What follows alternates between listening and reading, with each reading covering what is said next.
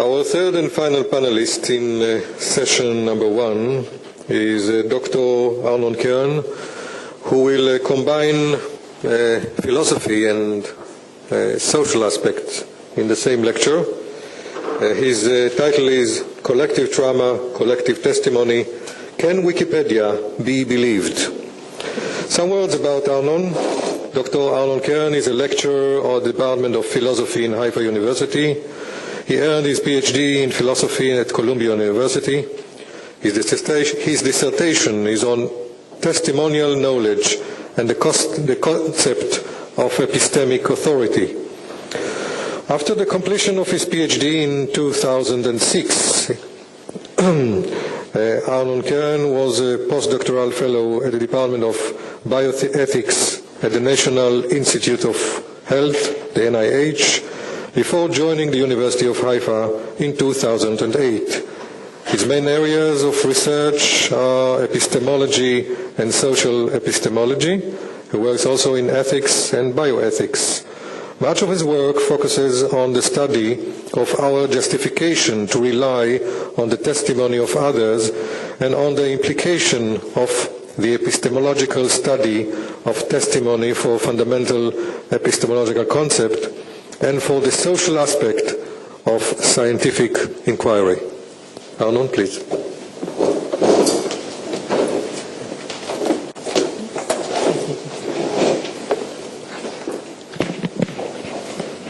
Thank you.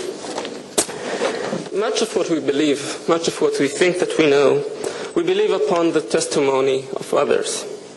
As Hume has noted, there is no other source of knowledge that is more useful, more necessary to human lives. Testimony allows us to share our knowledge with others and it allows us to make use of the knowledge of others. That is the primary function of testimony, to spread knowledge, to transmit knowledge from one person to another. We might have other reasons to testify. Testifying to an event, a traumatic event in particular, might help us undergo an important psychological process. We might achieve a certain kind of closure, for instance, by testifying. Or we might achieve a certain social goal, create a social bond of sympathy, or a certain kind of intimacy with our audience. Nonetheless, while testifying may serve several other functions, the basic function of the act of testifying, on which all other functions hinge, is that of spreading knowledge. This is so in the general case, but also the case when we are talking about testimony about traumatic events.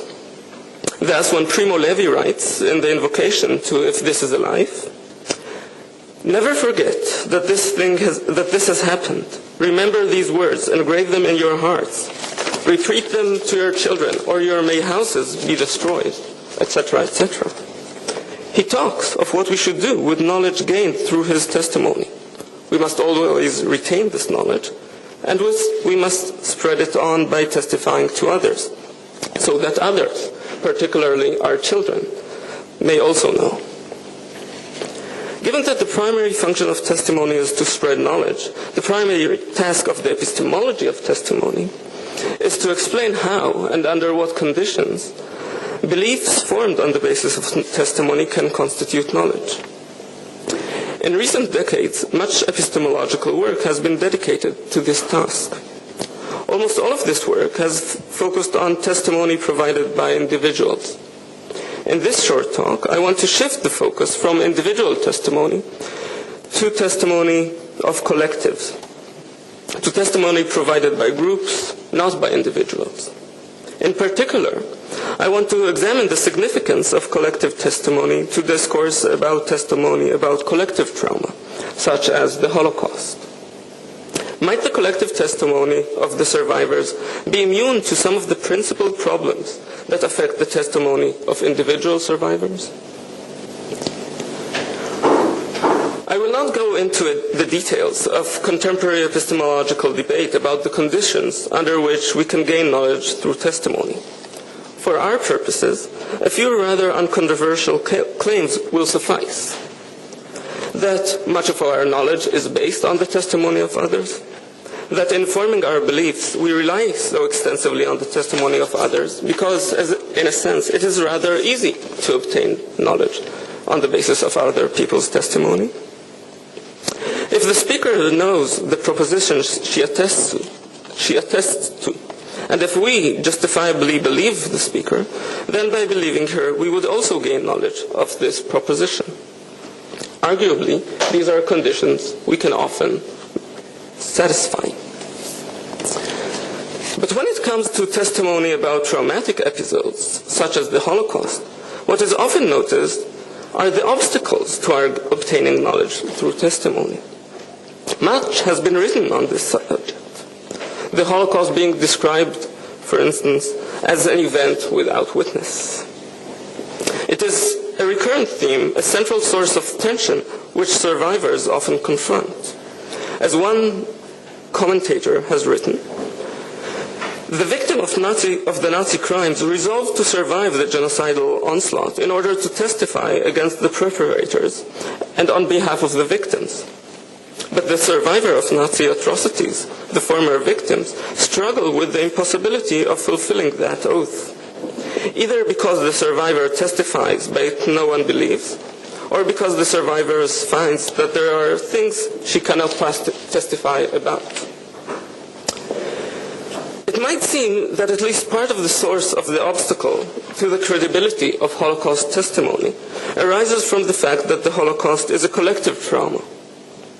And individual survivors testifying about the Holocaust therefore do not enjoy the privileged position, the privileged status that individuals typically have when they testify about their own trauma.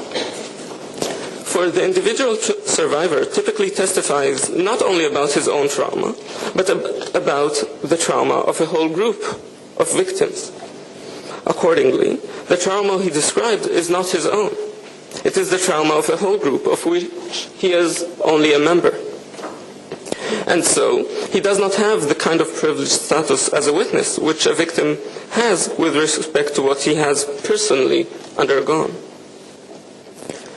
If indeed the limitation of Holocaust testimony partially emerged from the fact that an individual is not in the best position to testify about collective trauma, it might be asked whether the obstacle undermining individual testimony about collective trauma can be avoided by collective testimony about collective trauma. In what follows, I will say a few words about the notion of collective trauma and collective testimony. I will then present a line of thought that might suggest that the obstacle to Holocaust testimony and testimony about collective trauma more generally might affect individual testimony but not necessarily affect collective testimony. I will end by suggesting some reasons for rejecting this line of thought. The principled obstacle affecting trauma testimony, I will suggest, cannot be avoided by collective testimony. Whatever can be known about collective trauma through collective testimony can also be known through the testimony of an individual victim. The question of the credibility of collective testimony is one of general significance. While much of the testimony we encounter in our everyday lives is testimony provided by individuals, we seem to rely more and more, both directly and indirectly, on collective testimony, on testimony provided by social groups, the kind of testimony we encounter in co-authored scientific papers, in Wikipedia articles, and in other encounters where people jointly testify before us as a group. The distinction here is not only in terms of the number of individuals who provide the testimony. It is the distinction between actions performed by individuals and those jointly performed by social groups. Thus, for instance, it is one thing to say of Al and Beth that they both went to hear Professor Liebnich's talk. It is quite another thing to say that they together went to hear her talk. In the latter case, as Margaret Gilbert has suggested, Al and Beth must have jointly committed themselves to acting together, to going to the talk. It is this kind of joint commitment that is constitutive of joint action.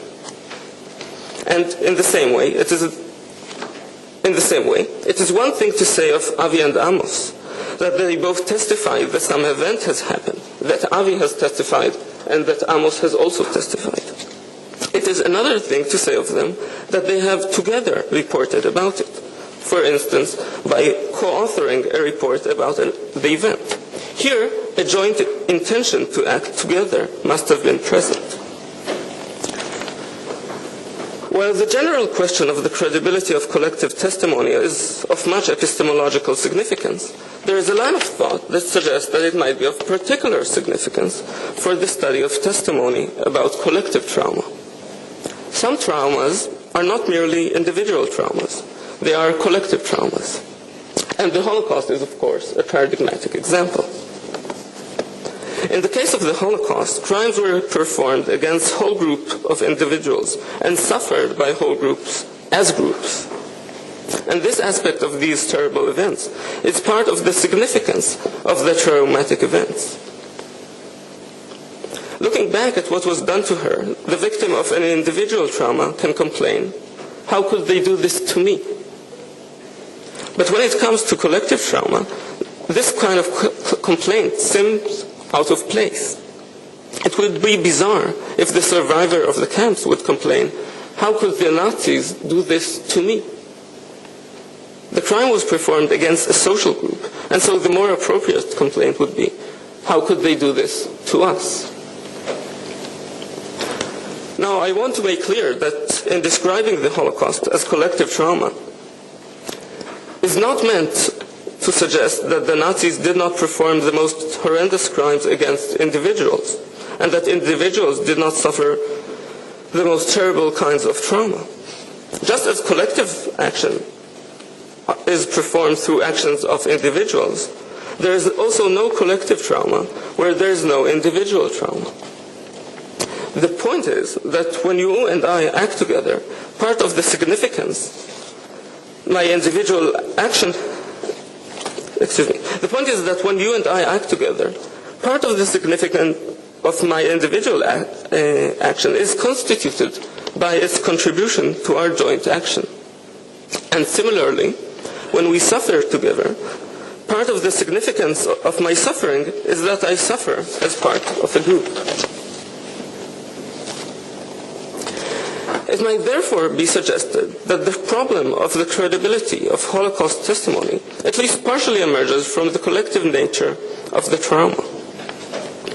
This suggestion is based on a familiar idea about a victim's special authority with respect to her trauma, to the trauma she has personally undergone. According to this familiar idea, a victim who underwent a traumatic event has some privileged status as a testimony giver. He or she speaks with a special kind of authority that no one else can enjoy. Others who have seen the event can testify on the victim's behalf, but only the victim is the true witness. Thus, an individual survivor, a former victim, might be best positioned to tell of what has happened to him, but he does not have such a privileged status when it comes to testifying about what has been done to the group of victims of which he is a member. To tell us about the collective trauma, he would need to tell us about things that have not happened to him, and with respect to these, he lacks a privileged status. There is, I think, a core of truth to this familiar idea. However, we must be careful not to misunderstand the significance of this point. That a person is ideally situated to give testimony about an event does not mean that anyone who is situated in less ideal position cannot testify and spread knowledge. To suggest that only an ideal witness can provide us with knowledge is to repeat an important mistake, often committed by skeptical philosophers. Thus, one way to reach the skeptical conclusion involves raising the standards for what can constitute knowledge, stating that knowledge requires, for instance, absolute certainty, absolute infallibility, or absolute lack of doubt. Once the standard for knowledge has been set so high, the skeptic can go on and argue that no belief can meet these standards.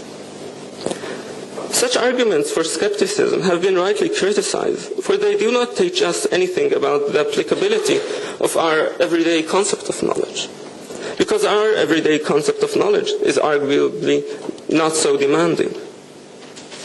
The skeptic suggesting this kind of argument has been compared by some with someone who defines a physician as someone who can cure any kind of illness within 5 minutes, and who then goes on to argue that there are therefore no physicians in Tel Aviv. Obviously, we do not learn anything interesting about medicine from this kind of argument, for our concept of physician is not so demanding. As long as we mean by knowledge what we normally mean when we use the word, as long as we do not set the standards for knowledge any higher than our own everyday concept demands, we must admit that we can gain knowledge by believing witnesses who are not placed in the most ideal position to testify. Individual survivors in the camps know much not only about what happened to themselves, but also about what happened to others. And as long as they speak from knowledge, and we have reason to believe that they do, they can spread their knowledge to us. Indeed, we too, who have never been in the camps, who have never fought for a crust of bread, can also spread knowledge about what has happened there by repeating witnesses' word, as Primo Levi insists that we should do. I'm not suggesting that there are no principled limitations as to what an individual survivor's testimony can teach us. But once we appreciate the fact that testimonial knowledge does not require an ideal witness, we shall see that to the extent that there are principled limitations to what we can learn from individual survivors' testimony, the collective testimony of survivors also cannot help much. Thus, there are, for instance, limitations as to what we can learn from testimony about the quality of the experience of others, where the basic constituents of their experience are very different from anything that we have ever experienced. Consider a simple artificial example. A person who has never had the experience of seeing colors, who has been locked in a room devoid of any color, would not be able to know what it is like to see blue, no matter what we tell him about our own experiences of seeing colors. Arguably, when it comes to the suffering in the Nazi camps, we who live safe in our warm houses are like that person locked in the colorless room. We may never be able to know what it is like to live, to survive, to starve in the camps, for we have never experienced anything close to such hunger, such fear, and such desperation. No matter what we are told about what happened there and about the experience of the survivors, or of those who have died, we will not be able to know what it was really like. But the problem here is not that the witnesses who report to us are not ideally situated. The problem has to do with the limits of testimony as such. In this respect, it wouldn't matter much if all the survivors would jointly testify about their experience. Indeed, even if the dead could somehow add their voice, this would not allow us to know what it is like. I do not want to deny that social groups can be believed. I think that they can be believed. Indeed, it might even be the case that with respect to some question, a group can have a greater authority and be more credible than any of its members. But even if this is granted, it is doubtful if focused on collective testimony would make a radical difference to what we should say that testimony about collective trauma allows us to know. For arguably, everything that can be known about collective trauma from the collective testimony of the group of victims can also be known through the individual testimony of individual victims. Thank you.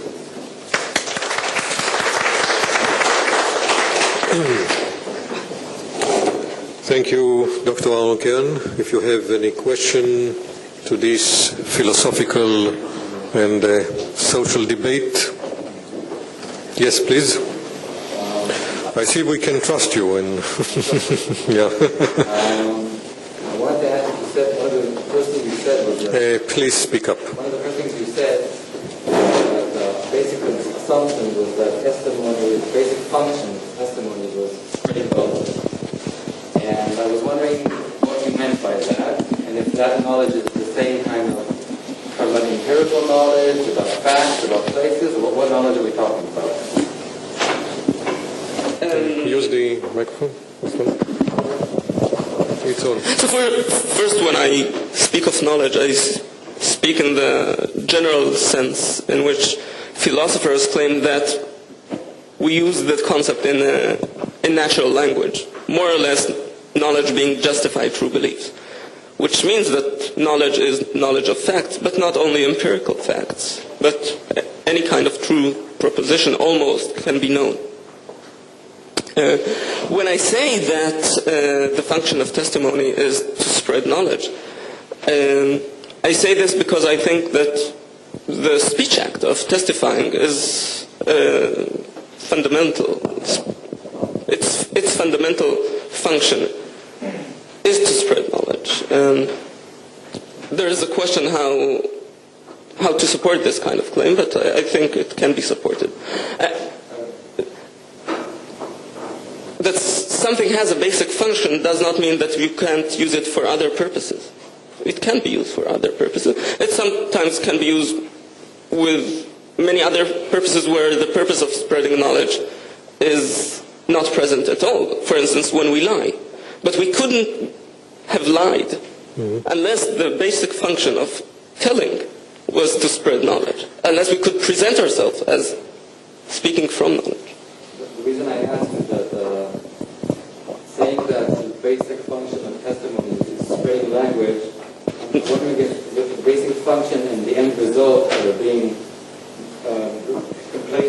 placed one for another, because the fact that someone is spreading knowledge doesn't mean that the basic function of what he's doing, the speech act, is to spread knowledge. The basic function could be, conceivably, the need to say something and about something, and not necessarily to make other people more informed, but just to say. I think that you're right. So when I say that the basic function of testimony is to spread knowledge, I'm speaking of the very speech act, not about the individual use of this speech act. Sometimes an individual can use this speech act with not having the purpose of spreading knowledge at all, but, for instance, to express himself or herself. About that, you're certainly correct. Mm-hmm. Dory? One quick question. I believe everything you say. There's something that sort of refers as a question mark. An example is at some point in the Egyptian population, 20% believed and said that September 11th was organized by the CIA and by NATAL. How do you do that? Can you elaborate? I did not exactly understand. Can you repeat the question? That at some point in the Egyptian public, 20% stated and believed that September 11th was organized by the CIA and by the NATAL. Not just Egyptians, Americans too. I'm just not... I understand this is a fact about the Egyptian population, but I'm not exactly sure what I'm asked to do. About the validity of the testimony of a group. It's 20%, yeah. So that the basic function of testimony is to spread knowledge doesn't mean that all testimony spreads knowledge. One thing that more or less epistemologists agree upon, you cannot spread knowledge by testifying that a certain proposition is true if that proposition is not true. I take it that those 20% thought that they knew that the Mossad was behind the attacks and tried to spread their knowledge, what they thought was their knowledge, but was not. So they were using something whose function, his basic function, is to spread knowledge, but they did something else. It's analytical philosophy, Dory. When you come into the pardes of analytic philosophy, well, yeah. Anyone else? Yes, please. It would be interesting to see your research connected to some of Professor Dietrich's ideas about testimonies, ideas of testimony changing over time. particularly about, I come from the perspective of asking what does the witness believe that his or her purpose is in testifying, and I do believe that this is a cultural question, that in specific cultures and in specific languages at specific times, it's more about, okay, I really must tell as many knowledge-based, well, different kind of facts, I guess, versus emotional knowledge is also a kind of knowledge, so I'm differentiating between different kinds of knowledge. And why do I bring this up specifically? Because you said that it would be ridiculous in definition for a Holocaust survivor to say, why did this happen to me? And yet this very week, I heard an Israeli, she made Aliyah right after the Holocaust, so she's not one of the later immigrants, she has the kibbutz mentality. She uttered this very sentence, why did this happen to me? And so I think that you understand my question coming. Yeah, so first of all, I didn't say it was ridiculous. I thought it, so two things. I didn't say it was ridiculous, and I didn't say it would, what I said, it would seem somehow strange. But not if someone said, how did this happen to me? But how did they do this to me? Because and there's a difference. Because I think one important aspect of the Nazi atrocities is that they were done to individuals, but not because they were particular individuals, but because they were members of a group. And this is the reason, I think, why, with respect to the Holocaust, it would seem to us more natural to complain. Why did they do this to us? Because we all understand that, I think all victims understand, this is part of their, what's so traumatic, I think, about this particular event is they were not treated as individuals, but as part of insignificant parts of group. Yes, but the question is if they remember this as individuals. I have no, of course, and of course there is no one. I in no way want to deny that individuals have undergone trauma. How can someone deny that? But I think part of the significance of the trauma is that it was not only an individual trauma, but a trauma of a collective. And therefore, often in testimonies about Holocaust trauma, people are asked not about their own experience, but about the experience of people in the camps, for instance, about which they are... Depends on who's interviewed. Yeah, no, but I think that part of...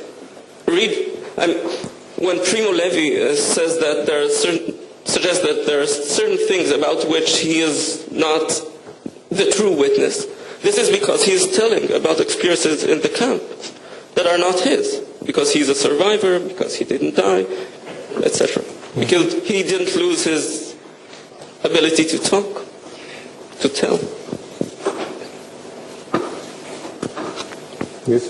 I was just wondering if it would be possible to try and articulate something maybe more complicated, but gathering multiple selves with collective testimony, and what can we do something with these two concepts?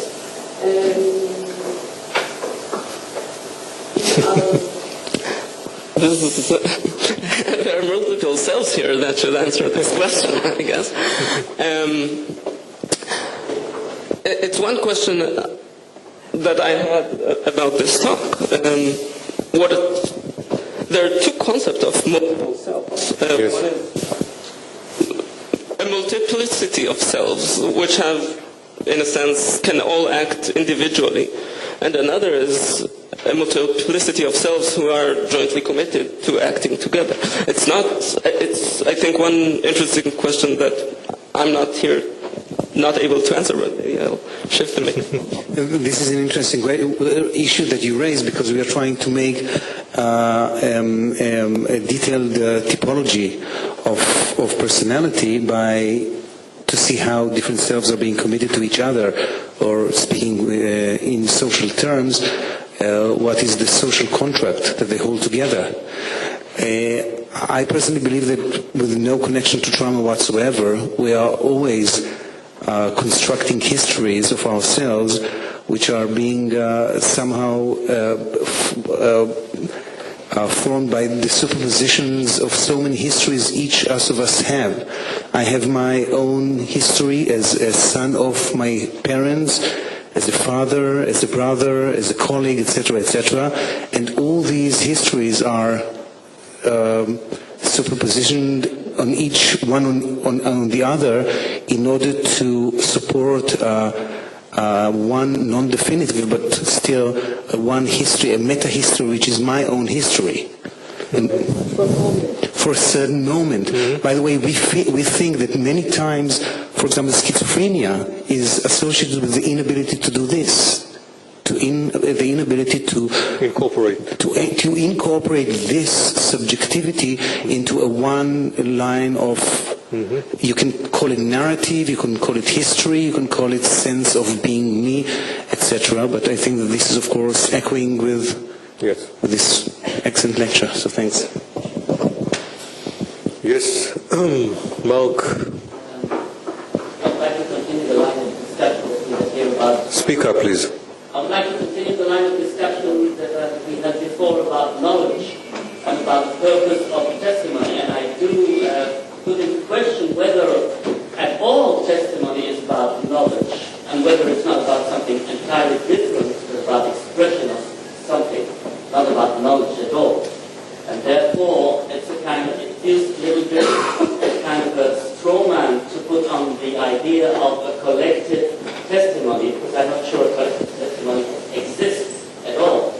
Maybe it's only a question of collective action, which is maybe a result of a personal testimony, which is basically a kind of action which deserves a kind of response by society or demands by certain persons so as to be more active, so as to be empowered, or whatever psychological reasons there are, or social reasons or economic reasons there are behind that. So I think you said a number of things, and I'll try to touch on. Relate to whatever. So first, I do think that there is such a thing as collective action, and collective testimony is a kind of action. It's a speech act. And there are collective actions also in the sphere of speech acts. And this is, I think there are clear cases. Co-authored papers are clear cases of collective testimony, or some of them. To what extent there collective testimony is by trauma victims is a significant phenomenon, I'm not able to say. I'm not familiar enough with that. I have signals here, so I think I'll stop. Thank you very much for the panelists of session number 1. Verin, you were interested very much.